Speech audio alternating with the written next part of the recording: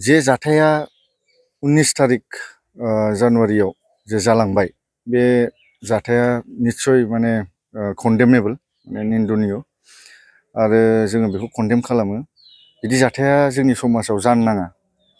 नाथाय बेफोर जाथायखौ लानानै जे मिसलिड खालामलाङो माखासे संगठन बा माखासे समाजनि जोंनिनो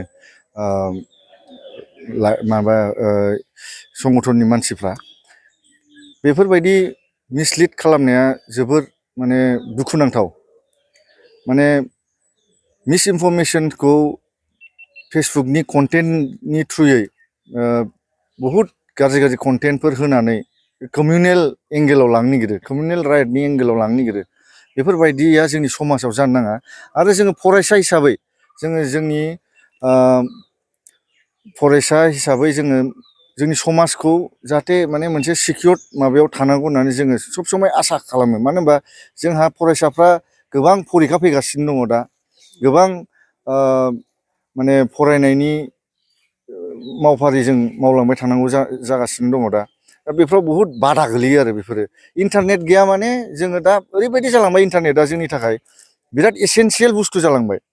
दा बेफोर मिसलिडिंनि थाखाय जोंनि सरकारफ्रा इन्टारनेटखौ बन्द' खालामनांगौ जाबाय। बेफोर कन्टेन्टसफोरखौ लाखिथ'नो थाखाय सरकारफ्रा इन्टारनेटखौ सासपेन्ड खालामनांगौ जाबाय। बेफोर सासपेन्ड खालामनायनि जे जों कनसिकुवेन्सेस माखासे नुनो मोनो, बे जाहैबाय जे माने रिजाल्टआनो जाहैबाय जे जों इन्टारनेटजों ओरैबायदि एसेन्सियेल जाहैबाय, माने इन्टारनेटजों ओरैबायदि जोङो हेबिट जाखाबाय जे जों इन्टारनेट गैयाबानो माखासे नलेजफोरखौ जों मोना। बा माबाफोर कुइसन पेपार डाउनलड खालामनांगौ जायो बा माबाफोर एन्सार जोङो डाउनलड खालामनांगौ जायो, जोंहा बहुद प्रब्लेम जायो बिदियाव। दा सानथामनि बे इन्टारनेट सासपेन्ड जानायावनो बहुद खहा जादों जोंहा स्टुडेन्टफ्रा।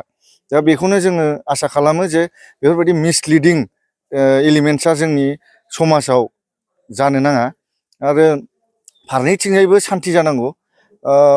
मोनसे जाथाया जे माने मोनसे पार्टिकुलार कमिउनिटिखौ ब्लेम खालामो बे नङा। जाथिफ्रा बयबो जाथिया मोजां, खिन्थु बे जाथिनि सिङावसो माखासे गाज्रि मानसिफोर दङ। बिसोरखौसो जोङो आयेननि बाबै जोङो साजा होनो नाजानांगौ आरो जाथिखौ साफा सानैनि थाखाय ब्लेम होनाया बे मोजां नङा आरो। गोजोननाय थाबाय।